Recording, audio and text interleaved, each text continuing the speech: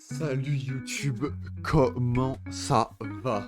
Nouvelle vidéo, nouveau build. Alors là c'est pas vraiment un build en réalité, c'est plus présentation de... Alors oui c'est un build mais c'est pas un build de, de ma fabrication. Ça vient pas de mon cerveau. Bon enfin il y a des choses que je modifie mais bon ça c'est logique hein. Je fais mes builds en fonction de mes préférences. Mais c'est juste un combo connu quoi. C'est le combo avec Widow Ale et ou Death Harp. Avec du coup un bon quiver et ça fait des chocs à pic. C'est un combo très connu. Là comme vous pouvez voir c'est là une zone, donc c'est acte 3 en mode normal. Euh, J'arrache globalement, je mets ça un peu la musique. Mais bon globalement vous voyez que je one shot les mobs. Je vais mettre un moment avec le boss. Vous allez pouvoir voir, c'est un petit peu ridicule. Bon, vous savez, je joue tout le temps avec la map, moi. Donc c'est pas très bien pour les... On un petit peu. Bon, bref. Ok, donc là, vous pouvez voir. C'est un boss pas particulièrement tanky, pas particulièrement chétif. Pas particulièrement squishy, juste, bah... Vous voyez que ça descend bien en HP, hein, globalement. Je dois bien avoir notre boss qui traîne derrière. Le boss de Jikani Machinarium.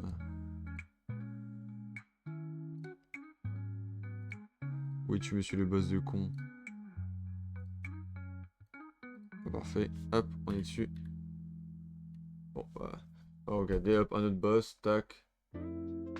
Voilà, ça va relativement vite, hein. Bref, fin de présentation du gameplay et globalement des dégâts colossaux que fait ce build. Ce build est extrêmement fort, hein. Très réellement, il est très réellement extrêmement fort. Tiens, hop, un autre boss. J'ai ton pile dessus, c'est parfait. Tac, hop, petit barrage, hop, implosion du boss. Vous avez compris.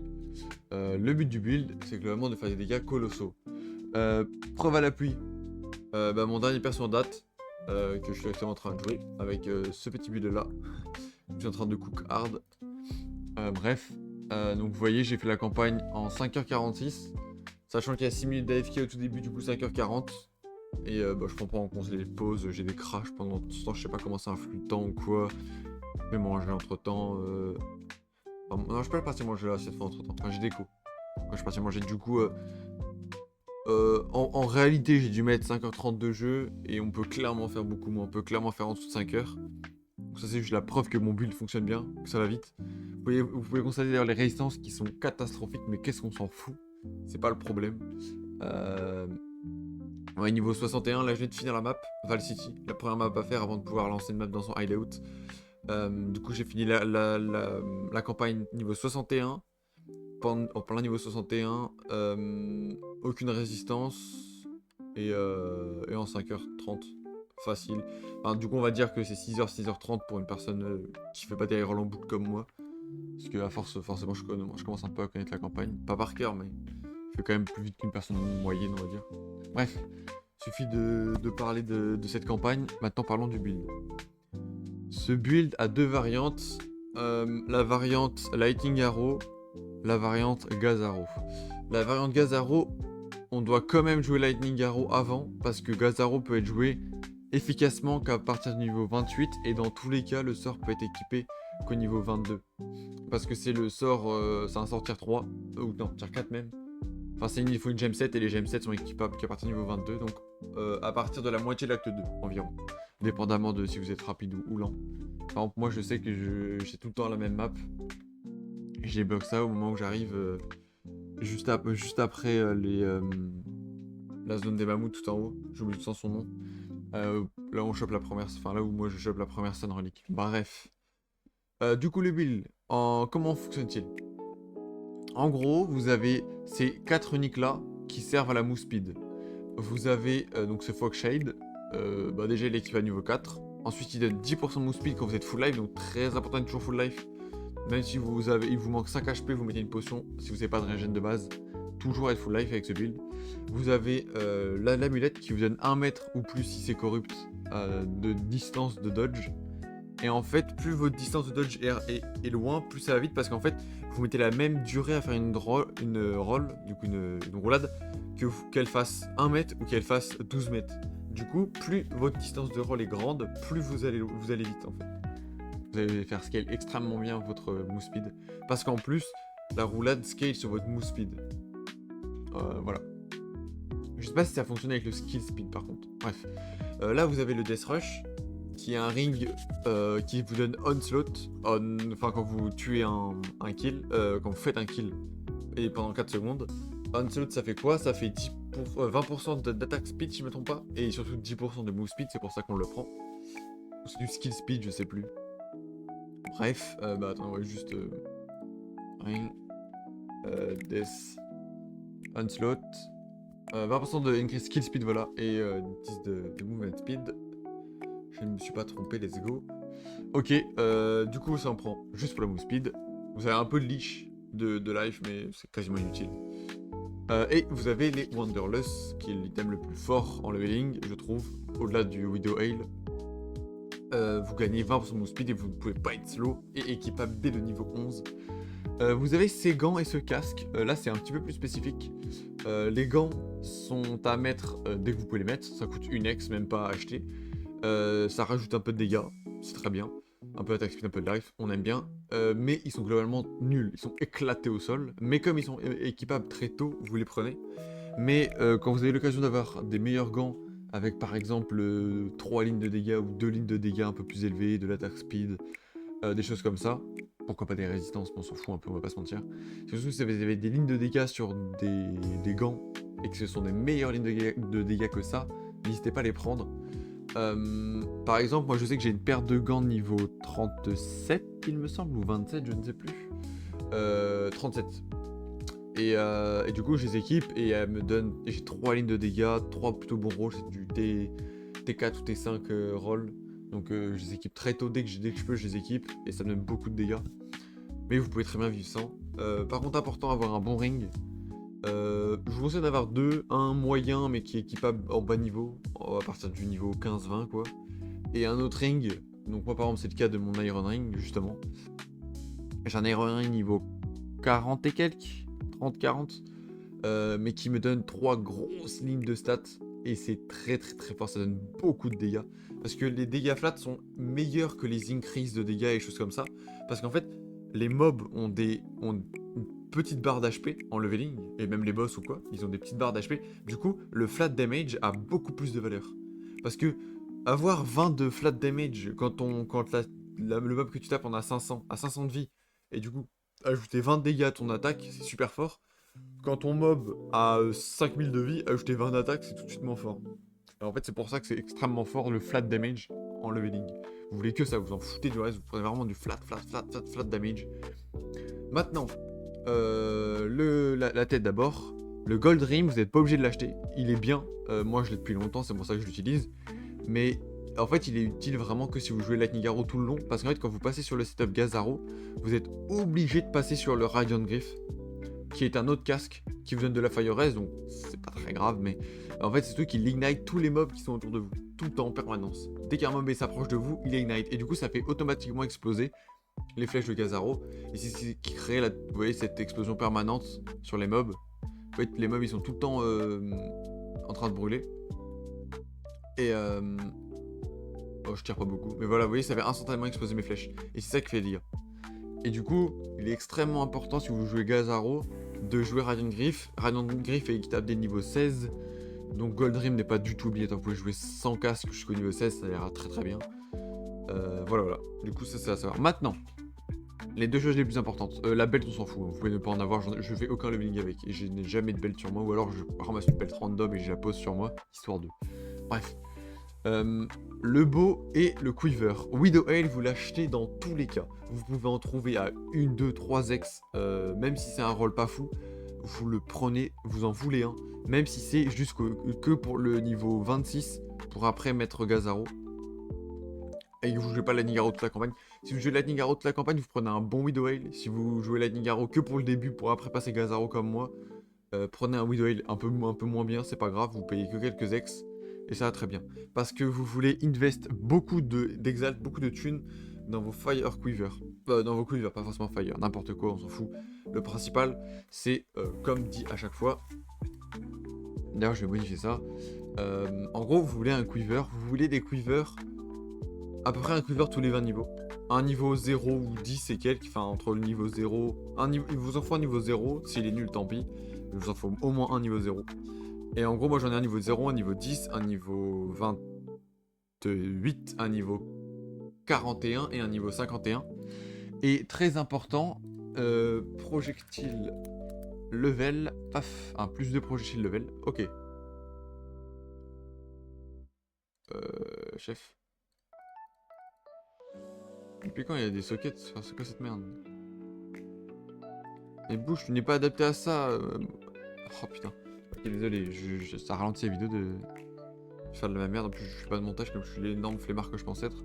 Ok. Donc, vous voulez un Quiver avec 3 lignes de stats.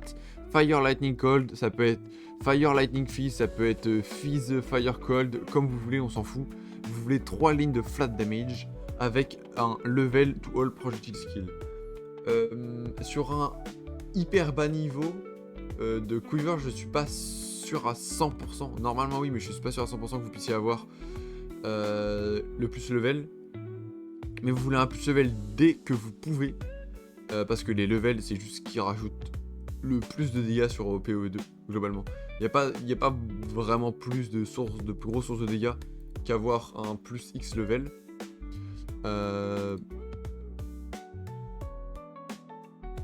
Ok, il faut être au minimum un Quiver de high level 5, donc ouais, je pense qu'il faut avoir dès le début un plus 1 level. Le plus 2, il faudra au moins un Quiver aux alentours d'un niveau 40, 41.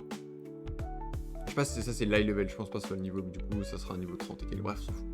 Voilà, donc en gros il vous faut des Quivers. Moi j'ai 4 Quivers, un pour à peu près chaque étape de la campagne. Vous n'êtes pas obligé d'en avoir autant pour en avoir que 3. 2, c'est un peu mitigé. Si vous avez un bon Quiver early, un très bon Quiver mid-game, ça peut le faire. Franchement, ça peut vraiment le faire. Vous aurez dans tous les cas beaucoup plus de dégâts qu'un build normal, même si vous avez un Quiver moyen, vraiment. Mais moi, par exemple, j'ai 4 bons Quivers. En tout, ça m'a dû coûter une div, les 4 Quivers. Mais je suis très content de les avoir. Et donc voilà. Du coup, juste je précise, parce que je ne l'ai pas précisé. Quand vous voulez passer Gazaro, c'est au level 28. Vous changez l'arc Widow Ale, donc celui-là, pour le Death Harp, que d'ailleurs je vais mettre en set 2. Hop. Le Death Harp. Le Death Harp, j'ai dit. Merci. Hop. Vous ajoutez, vous passez en Death Harp. Pareil, même Quiver, hein, même principe pour le Quiver. Vous voulez la même chose. Tout le reste du stuff, c'est la même chose. La tête, vous devez la changer. Bon, là, je peux pas parce qu'il n'y a pas de 2 sets pour la tête. Mais du coup, vous passez en Radiant Griff. Et du coup, vous mettez ces 3 spells là. Ça, c'est les spells quand vous jouez Lightning Arrow et ou. Enfin, du coup, soit vous jouez Lightning Arrow toute la campagne avec exactement ça. Soit vous jouez juste les 28 premiers niveaux avec exactement ça de toute façon. Mais après, vous passez sur Gazaro. Vous jouez aucun autre. Enfin, vous ne faites pas des combinaisons de sorts. Vraiment, vous jouez soit ces 4 là, soit ces 3 là. Il n'y a aucun moment où vous jouez un mix. Ça ne fonctionne pas, ce n'est pas viable. C'est juste des pertes de dégâts lancer autre chose que Gazaro quand vous avez Gazaro. Et Lightning Arrow quand vous avez Lightning Arrow. Barrage, c'est globalement uniquement sur les boss. Ça vous permet de faire un gros dégât sur les boss. Parfois vous avez le temps d'en mettre 2, mais c'est assez rare. C'est vraiment très très rare. C'est quand vous avez un boss très tanky et que vous faites pas tant de dégâts que ça. Mais globalement vous avez le temps d'en mettre qu'un seul. Si vous pouvez quality, n'hésitez pas à quality les trucs, hein, si vous avez beaucoup de gem cut. Moi je le fais pas par flemme, mais ça vous rajoute pas mal de dégâts. Surtout si vous jouez Gazaro et Barrage, ça coûte que 2, enfin que 10... Non, c'est que 8 du coup, maintenant. C'est que 8 gem cut, ça coûte vraiment pas cher. Du coup là je précise pour les sorts. Maintenant je vais vous expliquer rapidos le passive tree. Merde, hop. Et comme ça après je vais cut, ça fera une petite vidéo de 15 minutes, c'est un petit peu long. Mais is ok. Ok, alors. En rouge, c'est quand vous commencez en mercenaire. Attends, je vais préciser. Rouge est égal start mercenaire. Tac, ok. En Ranger, vous commencez là dans tous les cas. C'est littéralement les 4 mêmes nodes. C'est 4 nodes de projectile damage. Ça ne change strictement rien de commencer mercenaire ou Ranger. Il n'y a aucune différence sur le build. Juste, dans les deux cas, vous allez venir rush cette partie-là. Vous allez passer par ici si vous êtes mercenaire pour courir ici. Et si vous êtes Ranger, vous allez directement courir sur le plus de Quiver, le bonus au Quiver. Donc ça donne 80% des effets du Quiver. Donc plus de niveau de sort aussi. Ensuite, une fois que vous avez ça, ou alors une fois que vous avez ça quand vous venez d'ici, vous allez juste prendre toutes les nodes qui sont là. Tac, tac, tac, là, tout ce départ-là. Une fois que vous avez ça, vous prenez tout ce départ-là. Ensuite, vous allez faire un tout droit, vraiment tout droit, ici. Vous allez juste prendre au passage ce point-là, parce qu'il donne des dégâts, en plus de la move speed. Vous allez évidemment prendre au passage ces deux points-là. On fait un tout droit comme ça, en passant hop là, vous prenez ça. Une fois que vous avez ça, vous redescendez un petit peu prendre ça. Puis, vous retournez au début. Vous prenez du coup, ça vous avez déjà, du coup, vous repartez d'ici. Vous descendez jusqu'au Herald. Ensuite, vous allez prendre cette partie-là. Même non, vous allez même plutôt prendre cette partie-là d'abord, puis descendre à cette partie-là. Et enfin, en toute fin de leveling, partir sur cette partie-là. En gros, pourquoi il y a un ordre? C'est qu'en fait, si vous faites directement à tout droit là, vous allez avoir des petits soucis de dégâts à certains timings en fait, tout simplement. Parce qu'en gros, quand vous allez arriver tout ici, vous allez prendre ça, vous allez prendre les dégâts. Mais tous les niveaux, du coup, vous allez, par exemple, faire ces points-là, tous ces points-là, ils donnent pas de dégâts. Et du coup, tous ces points-là, vous allez gagner aucun dégât. Puis vous allez faire ça, vous allez gagner un peu de dégâts. Puis vous allez repas gagner de dégâts. Vous allez regagner des dégâts, puis vous allez repas gagner des dégâts pendant un bon moment. Jusqu'à ici. Et en fait, ça donne aucun dégât boss. Vous gagnez que des dégâts sur les mobs. Et c'est vraiment intéressant que vous êtes en fin de campagne. Enfin, en deuxième partie en cruel. C'est là où vous avez parfois des mobs que vous one-shotez pas, ou ça vous aide aussi à one-shot les rares quand ils sont au milieu d'un pack, avec les Herald, le Herald of Ash. Mais bref, ne vous inquiétez pas, dans tous les cas, vous pouvez faire littéralement n'importe quoi. Enfin, n'importe quoi. Genre vraiment, vous pouvez commencer par faire ça, ici, puis venir là, puis venir là, puis venir là, puis venir là, puis venir là, puis venir là, un peu dans tous les sens. Ça marchera. Juste, ne prenez jamais, absolument jamais cet endroit-là, tant que vous n'avez pas ce point-là. Parce qu'en fait, ici, ça donne beaucoup de projectile speed. Et le projectile speed ne donne aucun dégât tant que vous n'avez pas cette node-là qui dit que vos projectile speed deviennent aussi du projectile damage. Ok, c'est juste ça qui est à noter. Et du coup, là, je crois que ça se termine niveau 70 et quelques. Parce que moi, je crois que quand j'ai fini mon leveling, j'étais ici à ce point-là, précisément. Bon, j'avais plus ce point-là, mais parce que j'ai fait n'importe quoi. Je crois que c'est ça le délire. Du coup, vous avez largement de quoi finir le leveling. Mais au pire, si vous finissez pas le level, si vous êtes encore en leveling et vous avez mis tous vos points, pardon, vous pouvez aller prendre ici du damage. Vous pouvez aller prendre ici du damage. Vraiment, vous pouvez aller chercher un petit peu partout, n'importe quel endroit qui donne des dégâts. Vous pouvez aller chercher jusqu'ici, par ici, du coup ici, du damage. Vous pouvez faire un peu ce que vous voulez. Mais normalement, vous aurez déjà fini la campagne quand vous aurez tout cet arbre de talent là. Voilà. Du coup, alors, moi, j'ai tout expliqué. J'ai rien oublié. Merci d'avoir suivi la vidéo. J'espère que le build vous servira. J'espère que vous pourrez speedrun vos leveling et pouvoir reroll comme bon vous le semble. Surtout qu'en plus, il y a les nouvelles classes qui arrivent.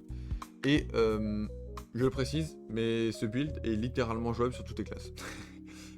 Il est plus tricky à faire sur d'autres classes.